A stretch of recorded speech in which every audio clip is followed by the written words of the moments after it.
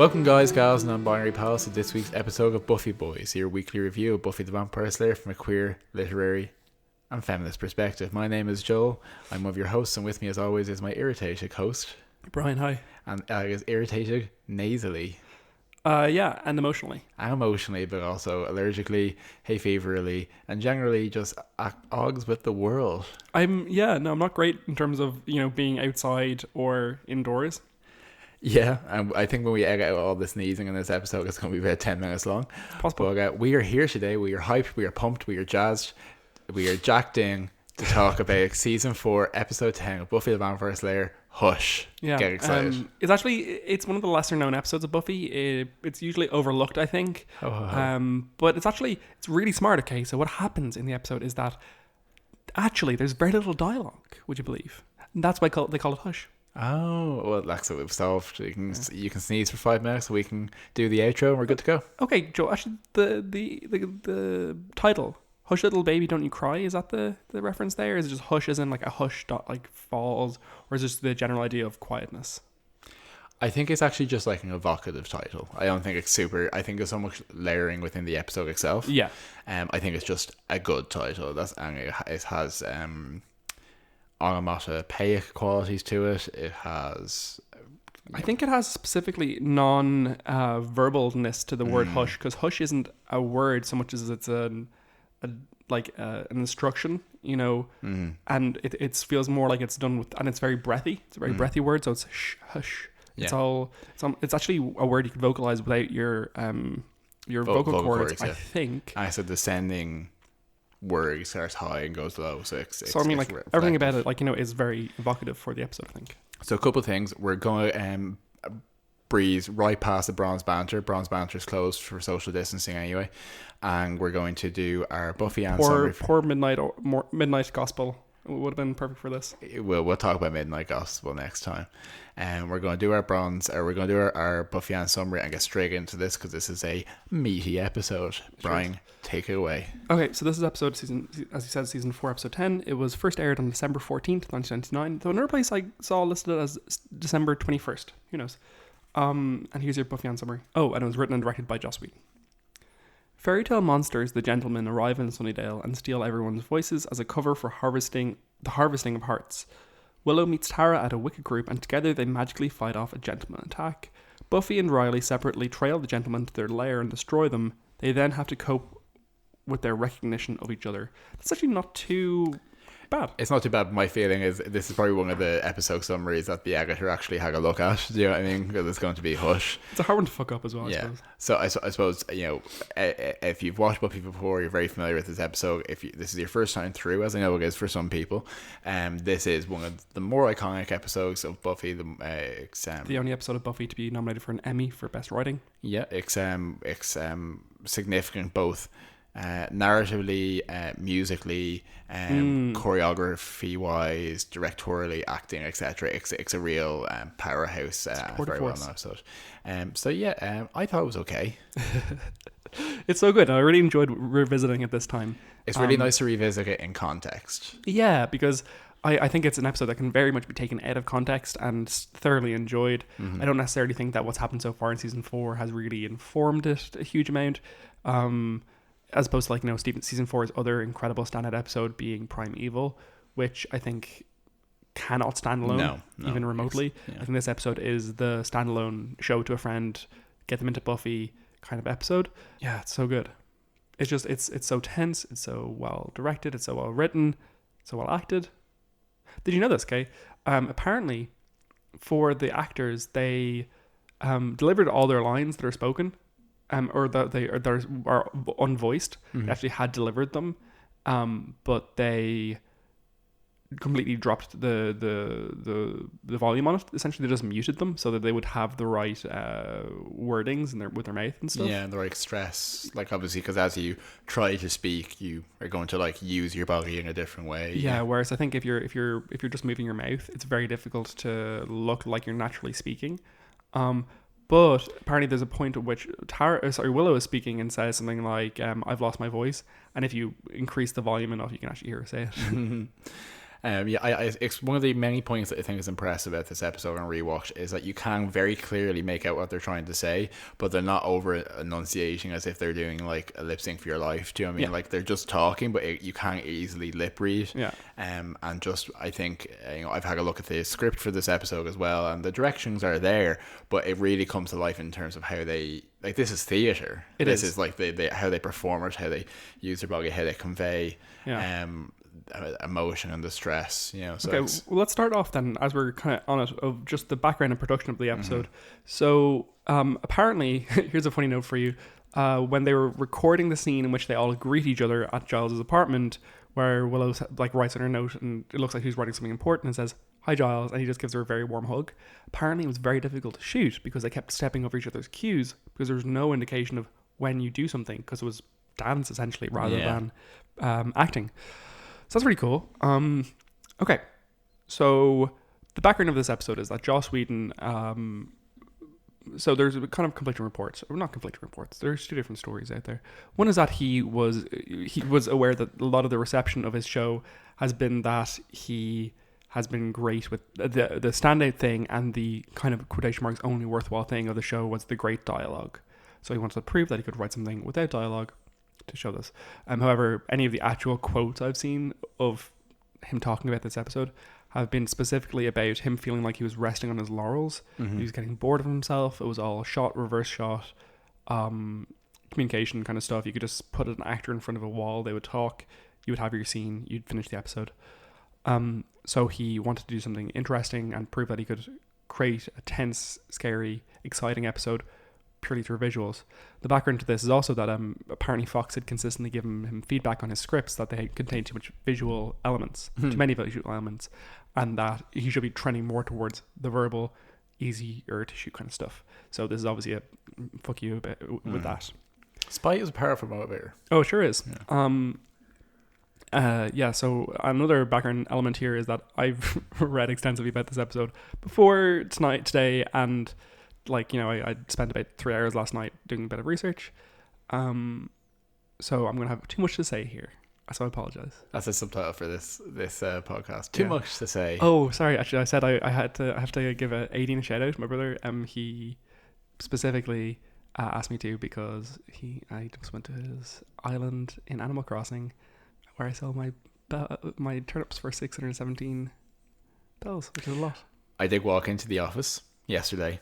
And in big bold letters over your shoulder on the computer was "How to sell my turnips for more money," and you were taking notes on a reporter's notepad. That was actually for Buffy, in fairness. The notes. I don't take notes about Animal Crossing that much. Actually, I do. I have a checklist of things I have to do every day. It's a very upsetting checklist. Shout out to Aideen. Yeah, thanks, Aideen. Okay, so so I'm sure you've read this before, but the creature design here is based on Joss Whedon's nightmares as a child, where a man would float towards his bed.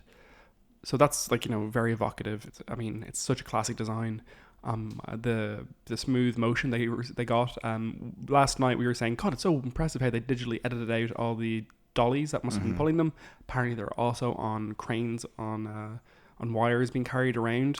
So it was a mixture of the two, not at the same time, but they would alternate depending on the scene. Absolutely. Very impressive cinematography. That being said, in one shot in the final fight scene, we did actually see quite clearly in frame a camera.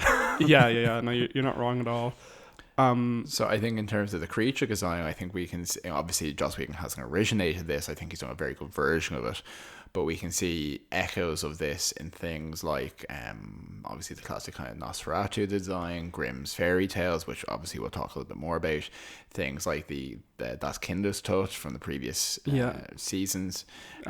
Pinhead apparently was an influence here as well. From Hellraiser, and if we look at the Crooked Man in the Insidious films, or even in Slender Man kind of imagery as well. Slender Man, I was going to say Haunting on Hill House. Is that Haunting of Hill House? Haunting of Hill House, but there wasn't any character like that in that, was there? Do you remember one of the various people being haunted? There was a man floating around following him that was really tall. Oh, okay. So it's obviously a very strong image that's drawn from a very, I think, for lack of a more specific term, kind of a collective unconscious or something. Yeah. That's very much part of the zeitgeist.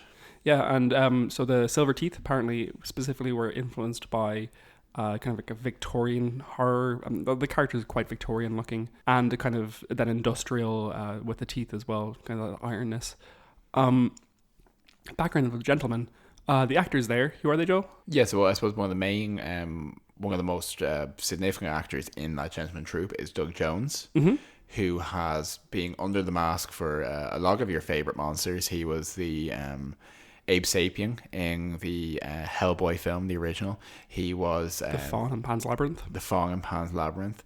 He was most recently Saru, who is a alien cast member on Star Trek Discovery. Which is a really affecting performance, actually. Yeah. I think it's one of the first times he's gotten a chance to actually do something which had, I suppose, eyes and, you know, human facial expressions to a certain degree. But no, he is like the leading man when it comes to makeup or prosthetic work. The other person who does it is Camden Toy, who plays the Uber Vamp later in the series and things like that. He's a regular Buffy and Whedonverse player. But specifically, the background of this is that apparently Joss Whedon specifically got these guys on because they were mimes. So Doug Jones, yeah. Doug Jones is a mime, and that's how they achieved that kind of like very creepy, very expressive motion with their fingers, the very slow movement of their arms and all this stuff, and very proper, very performative. And I think specifically when we see there's one particular shot where where the main gentleman is removing someone's heart and showing it to his fellow gentleman, and they're kind of very politely clapping, and he's kind of bowing and all that, and there's imagery there which I think is very evocative of say public medical demonstrations in the Victorian era, so plague doctor kind of thing. Yeah, Burke and Hare kind of times, you know, anything to do with kind of cadavers, etc. So it's very strong there.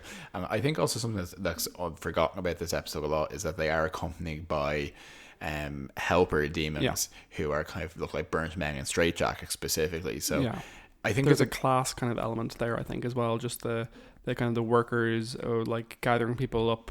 They wouldn't dare to touch the bodies of these people. They'll touch them only with the scalpels, very gently, to carve out their hearts. And these people are running around, and maybe it's just like a silence driving people insane kind of image there as well. Yeah, and there's a great hubris to this episode in a way that I respect, because you could spend too much time explaining exactly what they are, exactly why they do, why their helpers are there, when you can read everything you need to know from what you're seeing. They never refer to this episode again as well in the show, I don't think, which is so fascinating. So we'll come to that in a second. To wrap up on the design and stuff, another thing there apparently is that both Camden Toy and Doug Jones specifically didn't need any aids for keeping that smile. They were able to do that themselves. Oh God, isn't that fucking terrifying? Yeah. Anyway, it's also very nice. All the gentlemen are designed differently. They all have different makeup, slightly different shape to their heads and stuff. It's very unsettling. I think one thing that we're going to bear in mind going forward with this discussion is that those characters, I think, for my money's worth, most specifically represent adults. Just the terrifying, soul-eating adultness of things, you know.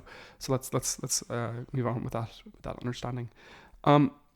So, as you just said there, very good point. There's no discussion of where these guys come from, why they come here. There's a real terrifying moment of doublespeak when the newscasters say that like the town is being quarantined because they all have developed a severe case of laryngitis, which is very, very dystopian. Very much like a collapse of society in the space of this like unspeakable like horror. Yeah, it's a very rare and unsettling example of the outside world being aware of what's happening in Sunnydale and also not caring. Yeah. Which is in some ways more distressing, because it's always this motif of the authorities in Sunnydale repressing information. But yeah, I think that kind of ties in a little bit to that, you know, fear of adultness.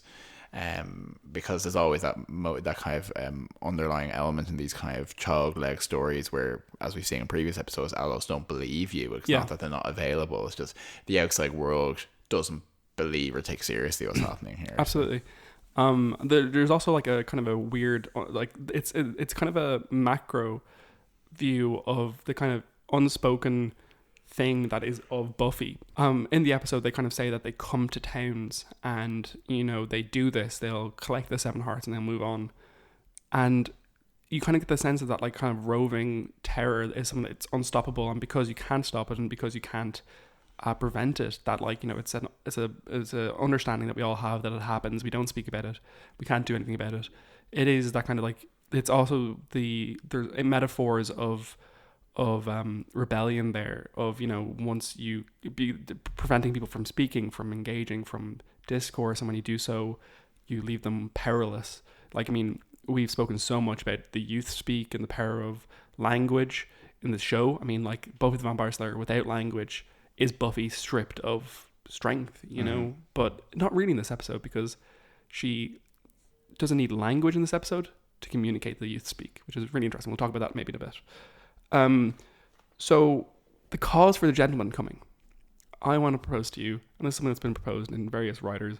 Rhonda Wilcox, I think, suggests it, and so does Donald Keller in Spirit Guides and Shadow Selves, which is the essay from Fighting the Forces, which we've talked about previously, which is about dreams. But in the dream, what happens is that Buffy is at a lecture. Apparently in the lecture hall, they brought in as many extras as possible, so it looks packed. It's a full theater, and apparently the guy who acts Lauren in Angel is one of the extras there. Andy Hallett, I want to say. Yeah, I think that's right, because he was Joss Whedon's personal assistant at some point. And he was just on set that day, which is nice.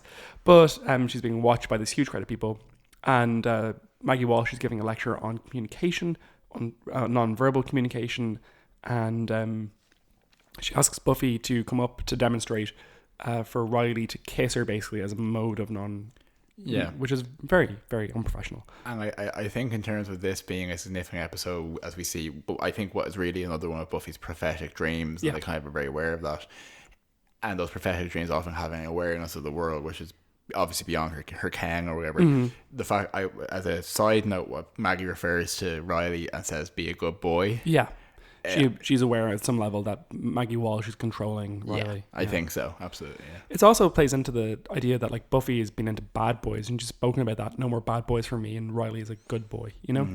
So with that, Riley and Buffy start kissing, and Riley says, Buffy says, "If I kiss you, the sun will," or sorry, Riley says, "If you kiss me, the sun will go down," and it does. You know, brings night onto when they start kissing, the auditorium empties and darkness falls. Buffy then says, or Riley, I think, says, "Fortune favors the brave," and she wakes up after Riley turns into a gentleman. She also sees a young girl saying the rhyme, which I'm not going to recite for you because I don't know it, but it's like, "The gentlemen are coming, they're going to rip out your heart." Exactly. Bad news times. It's actually Buffy said fortune favors the brave. Okay, great. So with that, we have a couple of different elements. One is that I would suggest that what is bringing the gentleman to Sunnydale is Buffy's anxiety. This episode doesn't base itself on real logic. There's no incantation. It's a metaphorical incantation that occurs here. Her anxiety, her fear of adulthood, of sex that's not terrifying in some way, because, you know, Riley represents this kind of sexual threshold through which she has to pass, because her previous sexual encounters were Parker, who obviously was such a negative and a traumatic experience for her, and Angel, who killed all her friends and stuff. Not great. However. So Buffy's anxiety in this moment calls the gentleman to this town, I think, which is obviously just fascinating. But otherwise, there's no textual implication as to why they've come. It's such an odd moment for a Buffy episode, but so good. I think that is specific, because I can't think of another Buffy episode where there isn't at least a cursory explanation. It's giving us a requirement in the breakdown. Except for, like, you know, vampires. It's like vampires exist, but we know why vampires exist and we know why they come, you know? Yeah, and I think specifically the way that, you know, they find the solutions to this not in their categorized mythological textbooks, but in fairy tales, imbues every character with a sense of, you know, you can't fight a fairy tale. You can't categorize or identify it in the same way. I would say arguably this episode throughout has a strongly dreamlike format. Agreed, yeah. If we got to the end and there was a wrap-up moment where they said, oh, the spell broke, and it turns out no one outside of Sunnydale actually knew anything has happened, I would believe that. It's set up as if there's a containment happening in the town. 100%. And even look at the beginning of the episode. Joel, when does that dream begin? Does the episode begin in a dream? I mean, if it does, is Buffy like half hearing Maggie Walsh's lecture? Is she, does she fall asleep halfway through? Like, opening an episode with a dream is such a rocky basis in which to begin a plot, with in a really, really well designed way. It's really, really cool. So so we've mentioned fairy tales a couple of times. This episode, so clearly a fairy tale episode. It's one of the 3 episodes of fairy tales that we've highlighted before. Gingerbread, Death, what was it called? Not Killed by Death, I think. It is Killed by Death. Okay, so I always get confused with that because Killed by Death sounds like one of the titles we would give an episode of this podcast. But I think it actually is called Killed by Death, yeah. Yeah. So, and then this episode, very, very heavily influenced by fairy tale images. This episode is distinct, I think, because in the previous 2 episodes, it was a very clear distinction between the adults who didn't believe the children who were experiencing terror and were trying to speak up about it. And in this episode, I think, and Buffy and co represented the children in that instance. Whereas I think in this episode, it's very, very clear that what's happening here is that there's kind of like an interstitial space that Buffy exists in. She isn't a child who isn't believed. She isn't a perilous adult either. So kind of what's happening here is that I think Buffy is experiencing this transition from childhood into adulthood. Very easily exemplified by the adult the college kind of experience. College is a very transitional space. And, when we look at the gentleman representing just adults, you can see that like she has to figure out a way to become an adult in this situation. Yeah, I think quite significantly when they do have that great scene where they kind of break down what's happening and how they're going to deal with it. The question that she asks isn't, how do we defeat them necessarily, or how do we get our voices back? I noticed that she specifically asked, how do I get my voice back? Sure.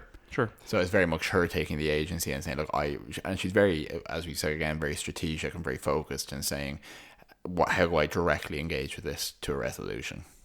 Absolutely. Along with being kind of a situation where you're looking at a little bit of an inversion of fairy tales in the sense of there not being a significant distinction between the people being terrorized here.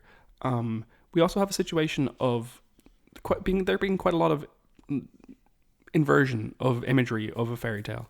So if you look at, say, the traditional image of a fairy tale being a princess being locked in a tower and a man going in to save her, you get images in this episode of Buffy literally breaking into a tower to try to fight the gentleman. And then when there's a reveal of her and Riley to each other, they're literally pointing weapons at each other, which I mean both phallic, of course, and non-fairy tale-y, Alongside of that, you have things like the fight that they have alongside each other in that confined space being the kind of equivalent of a ball or a dance kind of thing. And she does things like she swashbucklingly kind of like swings in on a rope to kick someone out of Riley's way. So it's all there's very little question about Buffy being both the princess and the hero. Yeah. So no one questions Buffy that Buffy's a princess while Giles is giving his presentation. It's all about how he a princess needs to come along to scream to free everything. And when Riley breaks the box to let out everyone's voices, Buffy immediately screams, instant presumption that she is a princess, and everyone else presumes that too. Yeah. And it is the case. It's a really nice little kind of like communication of that the episode does that doesn't really work verbally, and it's great. She's Zelda and Link, basically. She really is. Yeah.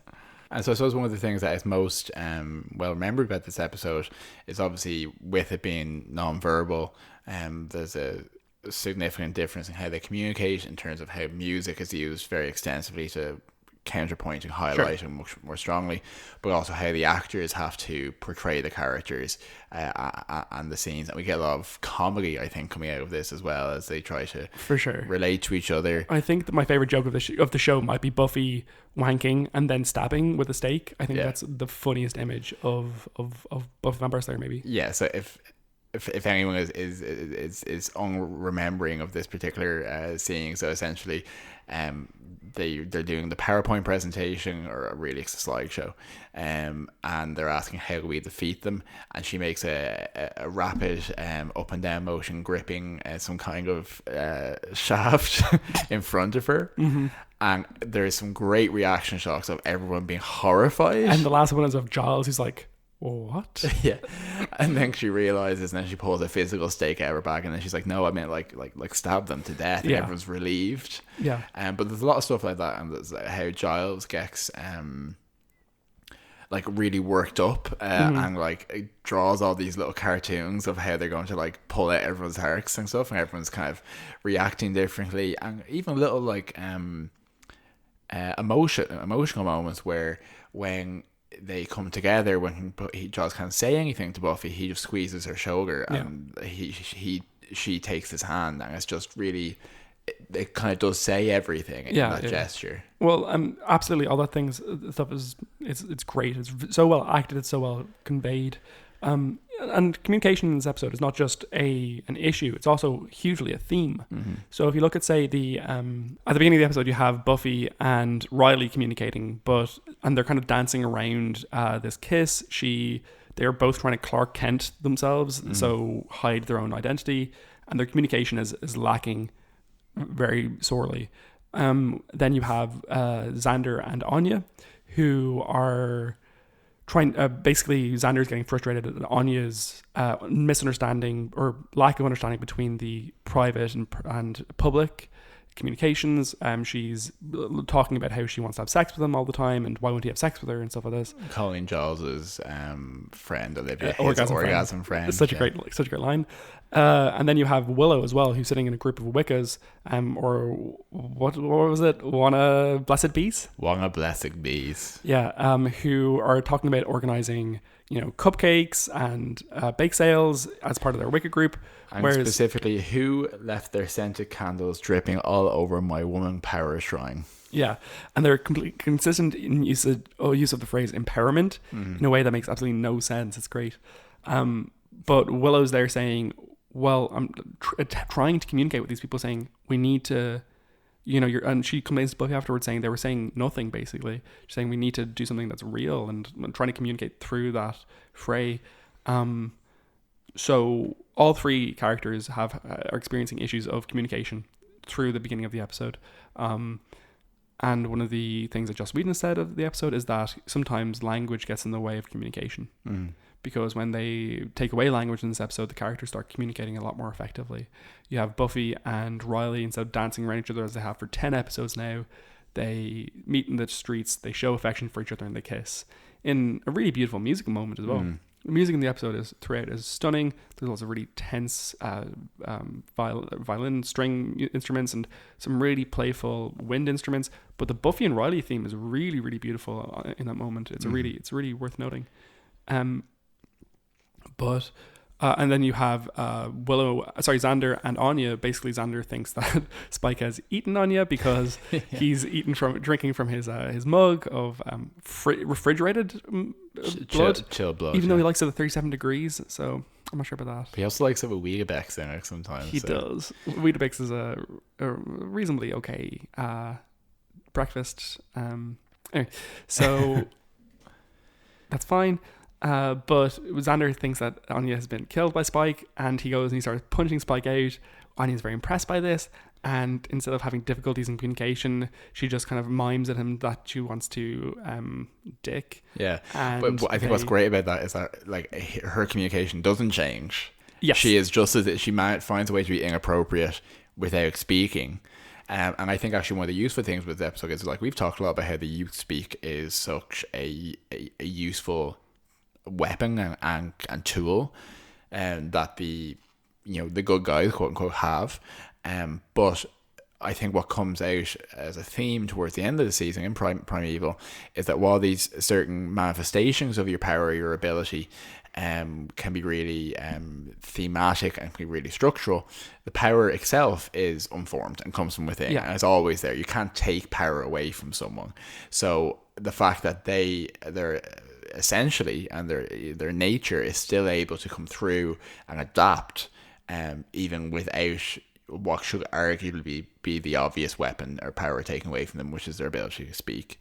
But they're still just themselves. I think it's actually quite a useful evolution of the core method or core theme around communication that's usually in the show. I totally agree. So you then also have, I think, there's not very much with Giles in terms of communication, to be honest. But when you get to the end of the episode, you have Riley and Buffy sitting down and being like, so we should probably talk. And then Buffy says, yeah, sure. And then they just kind of sit there in silence, unable to communicate.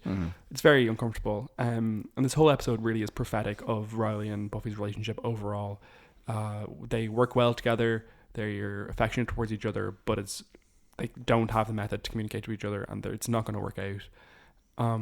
And it's funny, the episode where Riley leaves, which is Into the Woods, I want to say. Anyway, it's episode 510, which is specifically a season later, which is quite funny. So yeah, it's a communication huge thematic issue in this episode, and it's really well conveyed. Apparently, Joss didn't set out to specifically write that into the episode, and when he sat down with the script, he's like, "Oh yeah, that's there. That's cool." Yeah, well, that's what that bubbles up from the subconscious sometimes. Yeah. And maybe one of the most catalytic things about communications in this episode is Tara. Yes. Will we talk a little bit about Tara? Yeah, for sure. So Tara obviously gets introduced in this episode. She will become a main character in an episode in season 6. She is portrayed very oddly to start. Yeah, so again, I had looked through the script for this episode, and she's described in the script as her bedroom being very gothy and depressed-y, and covered in black, and that she's kind of, there's elements of, I think, her having more specific social issues in this episode that is necessarily part of her character, where she tends to be like definitely a little quiet, a little awkward around people, having various obviously trauma and issues associated with that, but not, as some of these characters often are when they're introduced, they're a little more broadly written, and they kind of soften over time, which is fine, which is natural.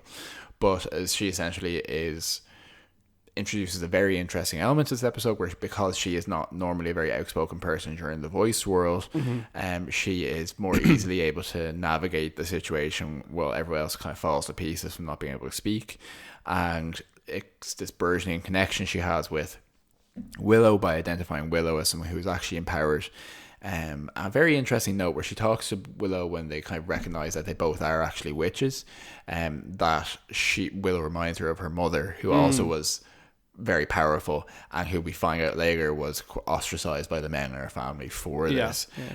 But yeah, obviously a very electric and evocative moment where they become trapped, and Willow's trying to move a vending machine, which is the vending machine that we've discussed previously in the school. It's actually the same prop. Yeah, I thought it looked familiar. They're trying to move the vending machine with her magic, and she can't do it by herself. And Tara interlaces her fingers with Willow, and they feel an immediate connection in terms of their amplified power. It's a very beautiful moment where they both turn towards the door simultaneously. They simultaneously turn their heads in that kind of like very beautiful like communication and witchcraft kind of moment of simultaneity. I don't know what that is.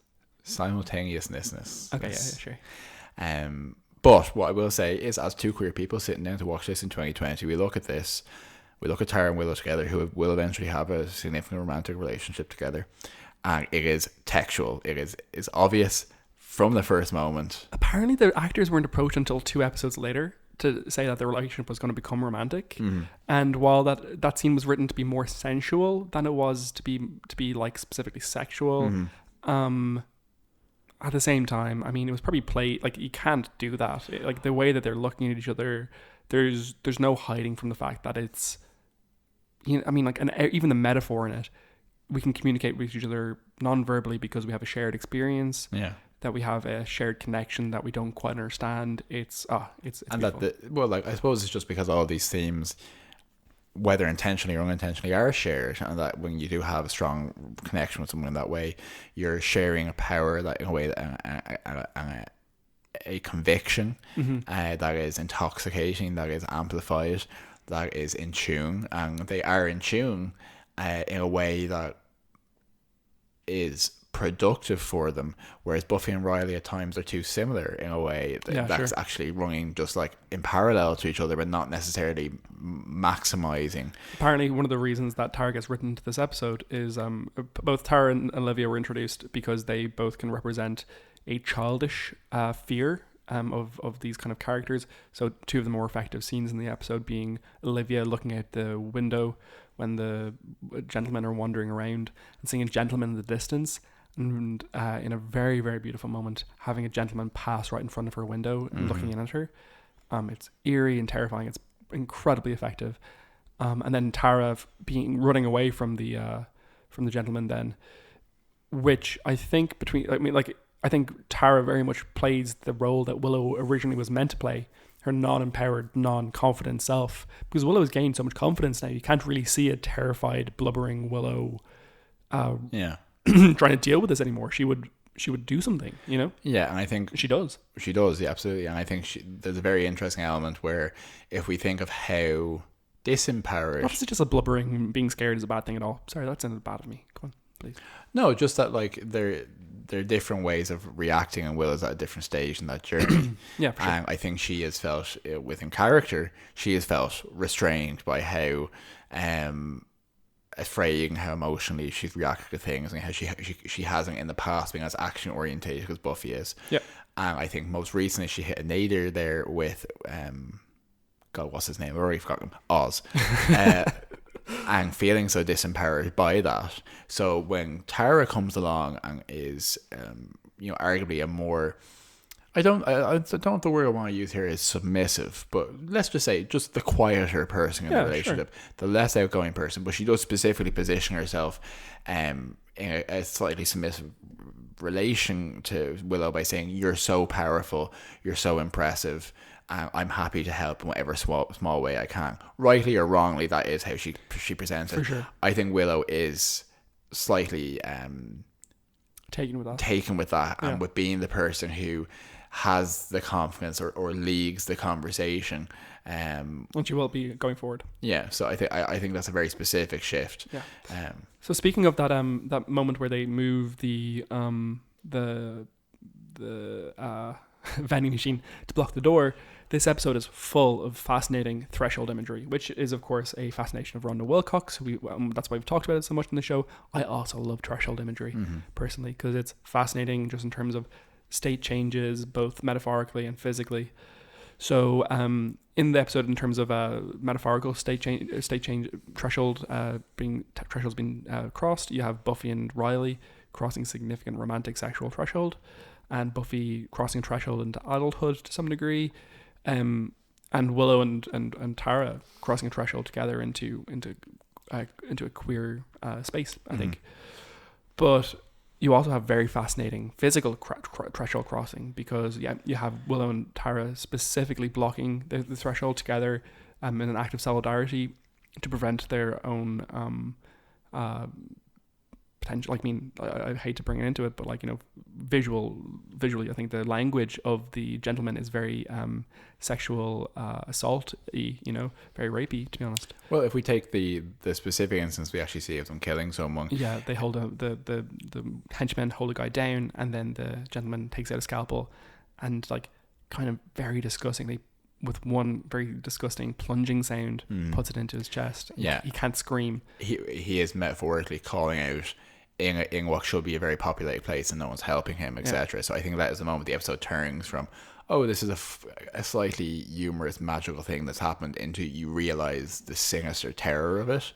I think the imagery is definitely there. I think it's probably a very specific choice in many ways, having a man in as that extra. And I think that's a very good point, actually.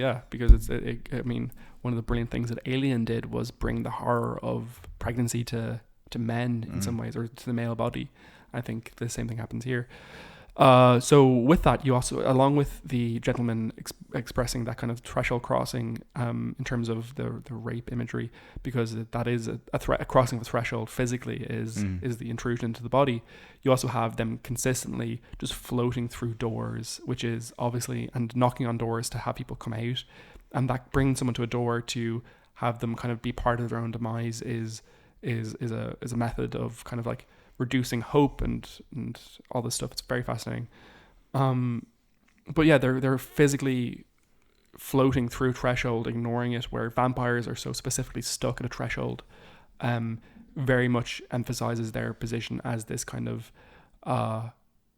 invader of the body, physically and sexually. Will always, I mean, in horror, lots of people have noted this about this episode, but in horror texts, the house and the room often represents the body. So the crossing of the threshold into that room, into that space, is like, a crossing of a threshold into the body. So yeah, threshold imagery, pretty terrifying. I always think we can cross that bridge when we come to it. Ho ho ho. I think I have one more point, but actually, no, I have one more point and then we can talk about one small thing. I think that this episode is really stunning because it resists one reading. We've talked about this before, but I think the most brilliant texts both teach you how to read itself, like read the text, so it gives you the tools to read it, which is, I mean, different critics have noted this, that that made me sound like, I was like, I'm a critic. You are a critic. Well, I like to criticize you, but so you're one of the leading critics of me. Oh, a second one to your mother. But the opening of the episode has a dreamscape where the whole structure of the episode is given to you. You're given all the tools to understand what's going on and how to resolve this situation and what the metaphors are going to be. Even the child delivering the rhyme is a representation of Buffy. It's a young blonde girl, but through it, there's no one specific thing that the gentlemen represent. They're an overburdened, overladen metaphor. The silence that they exhibit is an overladen metaphor. The everything about it is just, it's so heavy and dense that it can't resist one specific reading in favor of being a duplicity through which a person can convey their or put their own mark and their own interpretation onto it. Just texts like Taming of the Shrew really resists interpretation because of that same kind of thing. You don't have one Turning the Screw. I do. I was thinking Turning the Screw, and I was going to mention it. We've talked about this episode before. This show, not a short story, I suppose, novella on this podcast before, and we specifically did the same thing. We called it Taming of the Shrew. Because I feel like people have written about Taming of the Shrew, and it's pretty concrete Shakespeare. Anyway, Turning of the Screw, stuff like that, where you resist one specific interpretation in favor of it being this overladen narrative white noise. Like in a really positive way, whereby you end up in a funhouse mirror kind of way, seeing a specific thing in it and ascribing that to it.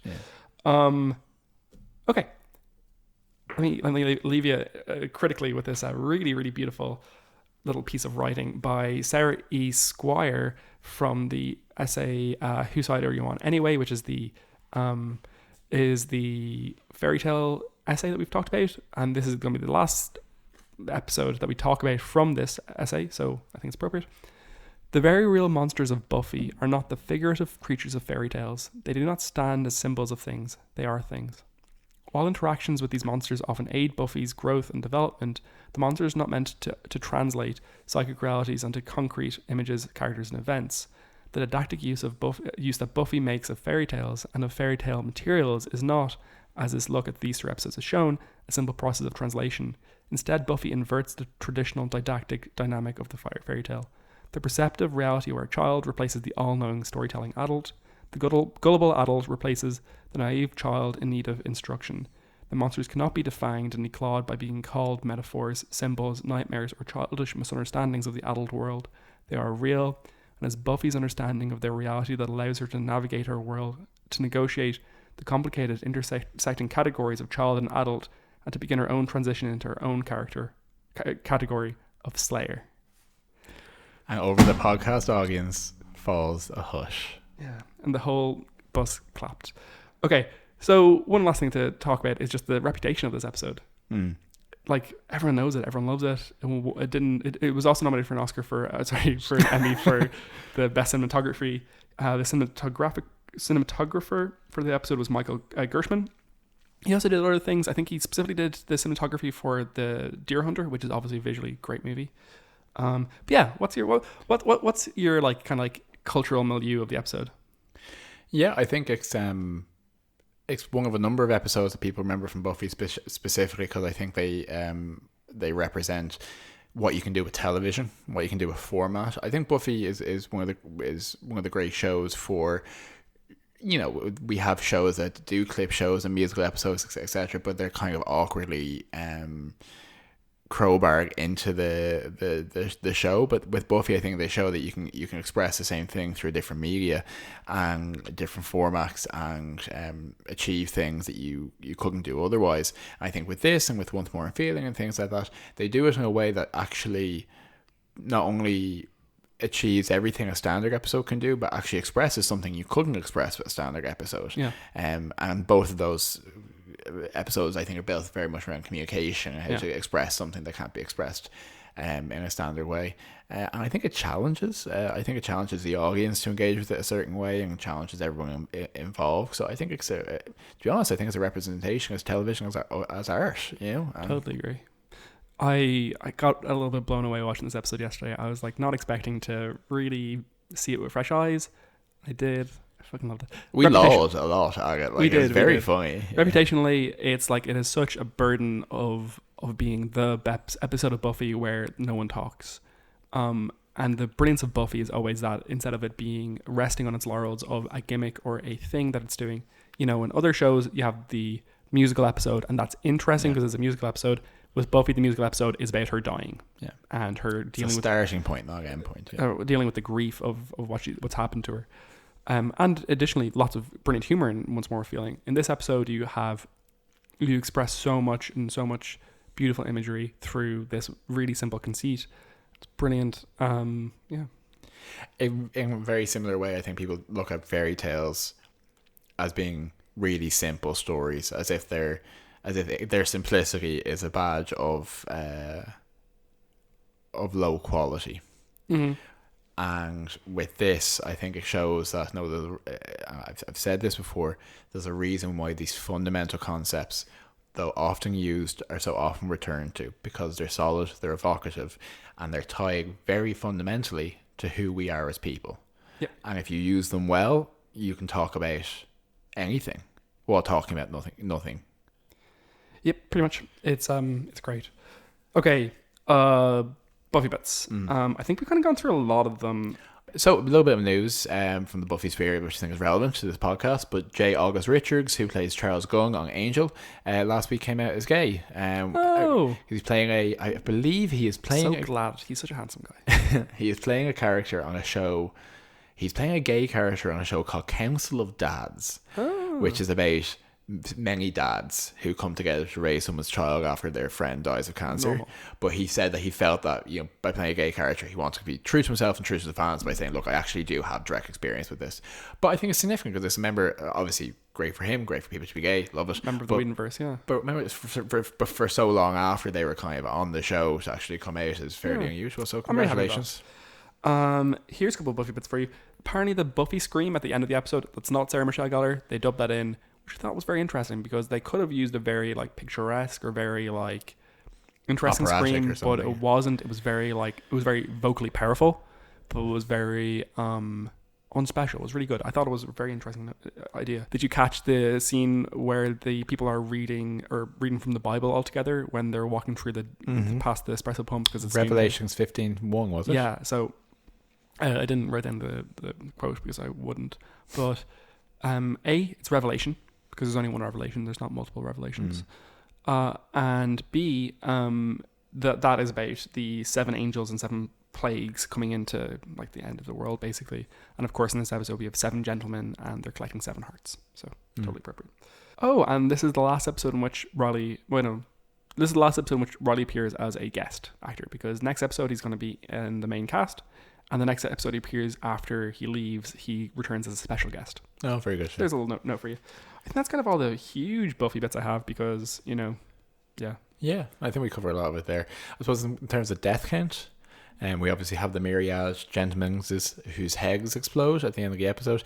And otherwise, I believe it's 5 Sunnydalians, including the gentleman, or rather the boy, in the college dorm who had their heart cut out by the gentleman for unclear metaphorical purposes. Yeah. Fashion notes. I didn't take many fashion notes during this episode because I was so focused on just what was happening, to be honest. But Anya does wear a backless top at one point, but it's not just like a top with like very little on the back. It's like the front is a normal t-shirt and the back is nothing. It was bizarre. Xander's also wearing like a nice kind of like sweater and hoodie combination that actually looks reasonably well on him, I thought. And he's also wearing a tank top at another point in the episode. Riley's topless, which was good. He was topless. That was enjoyable. And otherwise, the Wicca group are dressed in the most stereotypical new agey beads, kind of chiffon, crepe paper kind of outfit that you could possibly put on extra. They are, I would imagine there's probably that these groups exist and these versions of these college groups exist, but I'd say there's some people in the Wicca community probably took some offense to the way they're portrayed there because it's not flattering. It's not a positive representation. I just think we can have a really empowered bake sale. Okay, so will we zip through the Cordelia chase? We will after we do the ratings. Oh, of course, yeah. So I would give this 10 out of 10 smash boxes. Pretty great. Okay, I'm gonna give this episode 10 Orgasm Friends out of 10. Orgasm Friends. Okay, Yeah. we've gone slightly different directions there. Great episode. Earns its place. Yeah. On a fresh viewing, on a first viewing, on a reviewing. Great example of television. Perfect example of what Buffy was here to do. Yeah. And a great episode for queer representation as well. Yeah, I agree. It's the beginning.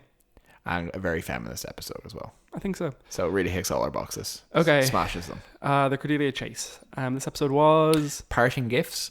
Oh, yeah. So we basically have an episode on Angel following Doyle's death, kind of dealing with the fact that Cordelia realizes that Doyle has passed his gift of receiving debilitating visions from powers that be.